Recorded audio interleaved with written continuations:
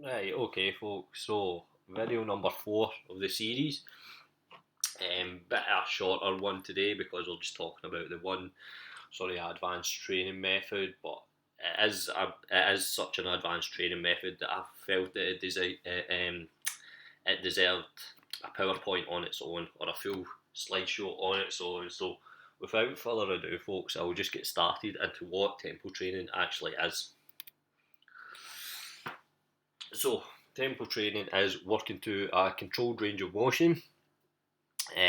So, if you think of an exercise, there's 4 parts to every single exercise you get. So, I'm going to use the press up as an example. Now, if you think of the start of your press up position, you're in that sort of high plank position, you're on your feet, all the weight's rested on your wrists, on the palms of your hands, and on your toes as well. Now, from this position, you've got the lowering of the exercise, you've got the pause at the bottom, you've got the positive of the exercise, which is the way back up, and then you get the pause at the top as well. So each exercise has 4 movements to it. Now we're going to number these 4 parts. So to put things into perspective, or to give you an example, we could say the press up was done at a tempo of 4, 2, 3, 1. Just random numbers I've picked. So that would mean we're lowering for a count of 4. So 4, 3, 2, 1 negative, or eccentric you would call it. You've then got your pause at the bottom, 4, 2, 3, 1 I said, wasn't it? Your pause at the bottom would be a count of 2. So 1, 2, and that pause at the bottom, that isometric hold.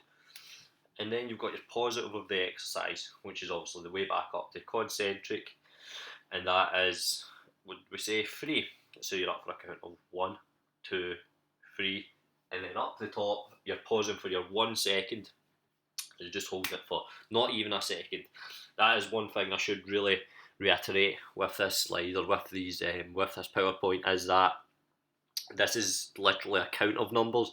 It's not, you're not holding for seconds. So when I say 4, 2, 3, 1, it's not down for 4 seconds. It's down for your count of 4. Or else you could be there all day doing exercises, to be honest.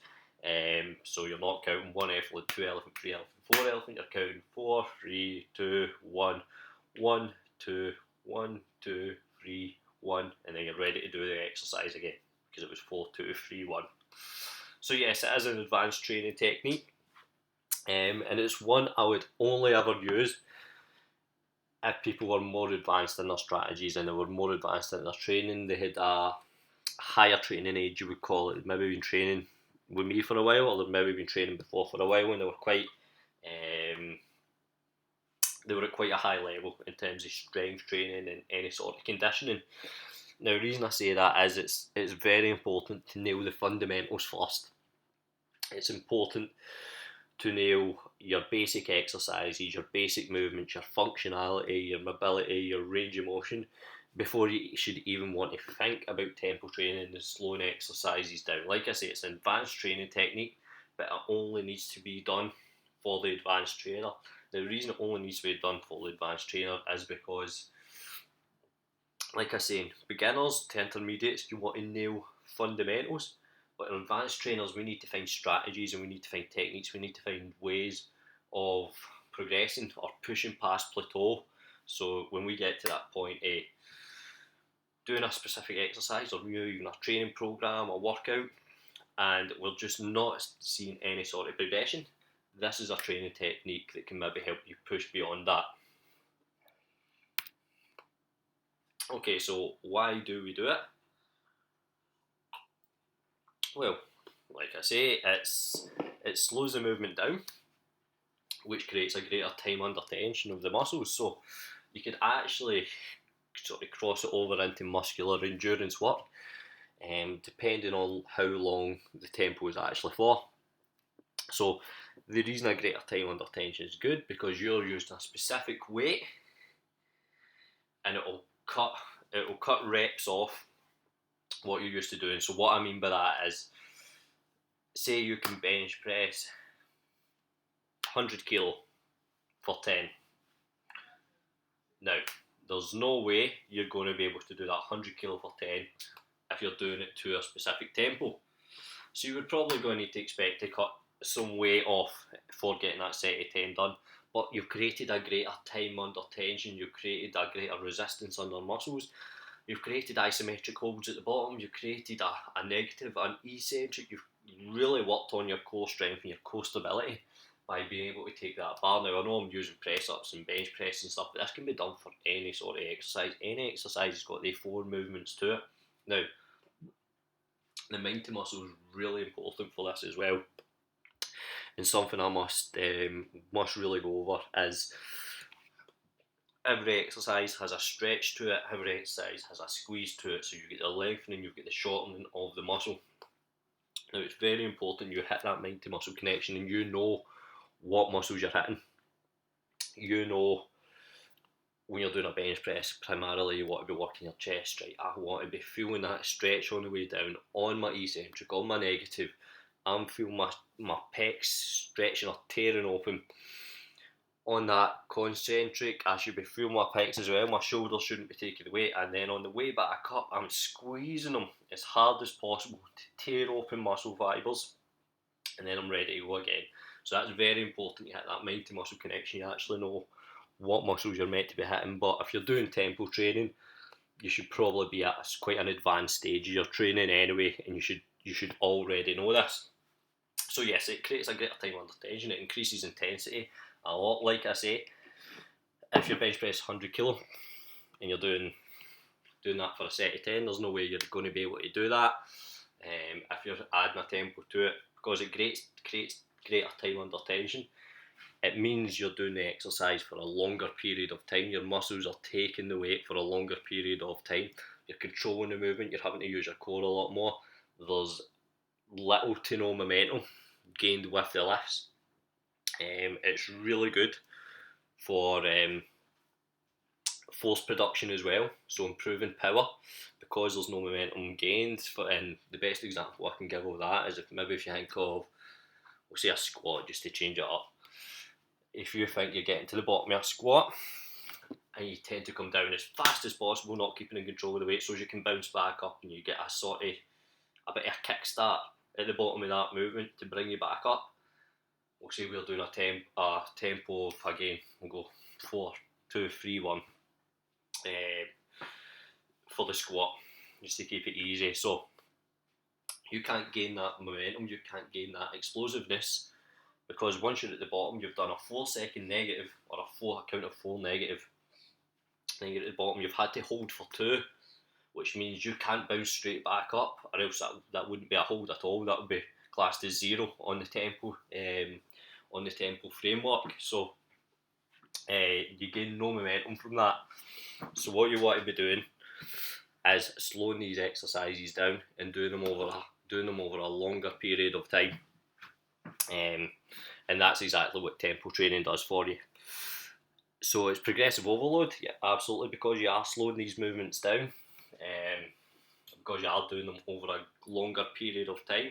That's a form of progressive overload. So there's many different factors we can use to progressively overload your training or get stronger, and that you can increase volume, you can increase intensity, you can increase frequency, you can shorten rest periods. There's plenty of different things we can do, but this one here would fall under intensity and volume to an extent as well, because you're doing the exercise over a longer period of time. So it's very handy to know how to do. I went over, it's very good for explosive strength because you aren't gaining that momentum. Oh, pardon me, just my lunch. And then my last point in this would be why we do it. It'll get you stronger at a certain weight. So if you're maybe struggling, say, again, we'll go bench press, we'll say 100 kilo. You're struggling to do your 10 reps. Okay, let's try and push past this by slowing the exercise down. Drop the weight down to 80 and maybe do a tempo of 1, 2, 2, 1.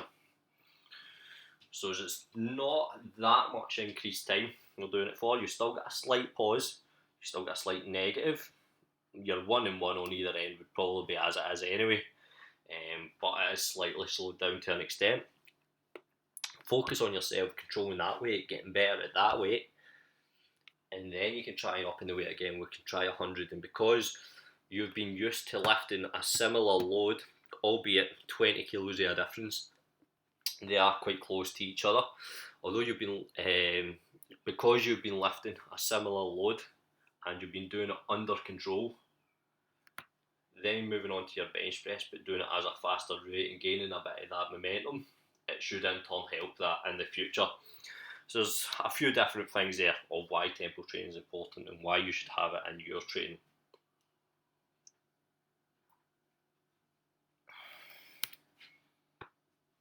So how do we do it? So this slide shouldn't take too long, to be honest, because I went over what it actually is, or it's what it is. So how do we do it? So yeah, but it's a 4-part movement. Press up. So there you are. There, 2 1 2 1. That's how it would look. It's your eccentric, it's your isometric, it's your concentric, and then it's your isometric again. So how do we do it? Well, we could do it anywhere really. The only thing I require, I would advise you have, is a spotter. Simply because you are slowing movements down. It's harder to gauge where your fatigue is. And trust me, you don't want to be getting to the bottom of a bench press holding for 3 seconds and then realising that you can't get that weight back up, screaming yelp in the middle of a gym. And the reason I say that is I used to work in a gym. It was another trainer's gym and they would never open on Sundays. And one Sunday went in, I had keys obviously. One Sunday went in and I was doing, I think it was maybe 80 kilograms on the bench, and I was working my way up and taking my reps down. I remember my second last set, I really struggled with the last rep, and I thought I really shouldn't be taking this weight up, but competitive nature got the better of me. So 3 reps I think I was doing. I done 1, I done 2. Oh, third one was not going up. Left with this barbell on my chest and no one else in the gym. No one was due until the next morning, 9 in the morning. So what did I then do? I was luckily enough, I didn't actually put clips on, so I was able to juggle it from one side onto the other. But that's just to reiterate for you, that's just a wee story for you. It just shows you know how important a spotter can actually be, because safety is one of the main pillars when it comes to training and advanced training techniques. So that's how we do it and what surroundings we should really be doing it in. So next up, who should be doing it? Again, more or less went over this at the beginning for us, but yeah, advanced trainers, people that have maybe got a training age of sort of 1-2 years plus. It really depends on how quickly you pick training up and how good your coach is, how good your training has been over the years or months even. So the reason it's advanced trainers is because you want to nail the basic movements first. Why do you want to slow a bench press down when you can't even do a bench press yet? And that's basically all it is. So you want to be learning all your big lifts. You want to be working onto these, because you should never even right at the start of your training, you should never just be jumping straight into bench press, squats, deadlifts straight away. You've got to get the movement patterns first. It's all about progressive overload when it comes to training. That's the same when it comes to movement patterns.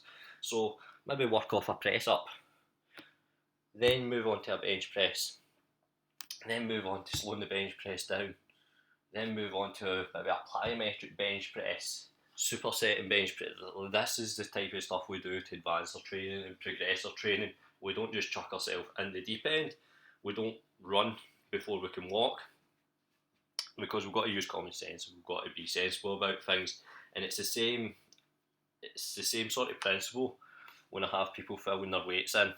I know I went over this in one of the other slides or one of the other PowerPoints, and I was mentioning when you're filling in your weights that you've been doing in your gym, so you're doing a squat for 4 sets of 10 at 100 kilograms, and next week you say, right, I've done 4 sets of 10 at 100, let's go 110.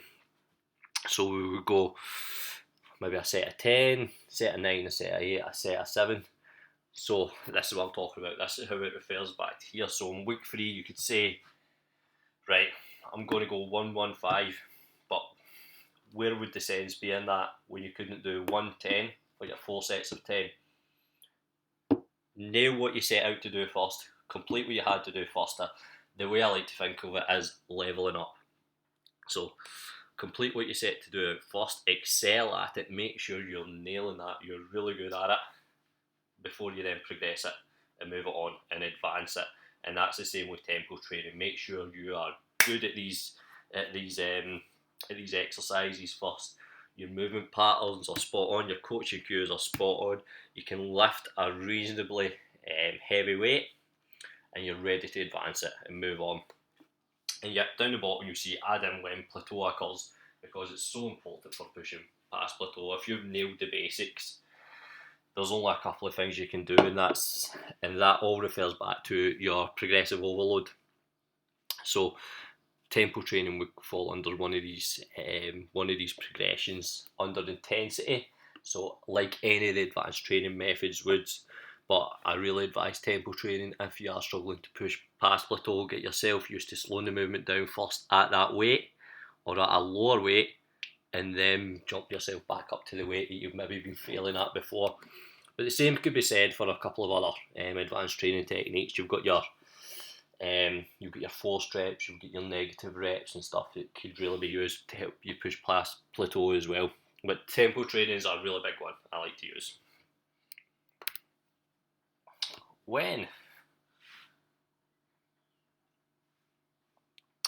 So again, some of these slides I feel like maybe repeating myself a wee bit, but it's because it is such a big topic, and I just really like to nail what it is about and how you go about doing it and everything about it, to be honest. So once you've nailed the fundamentals, like I've mentioned before, once you are an advanced trainer, once you've hit a training plateau, as an experimental session.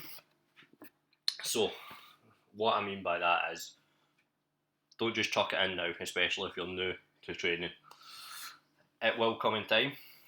Nail the fundamentals first. You feel like you're getting on well with the likes of maybe squat, bench, deadlift, you can do them for reasonable form, you can lift reasonable weight. Have an experimental session on tempos,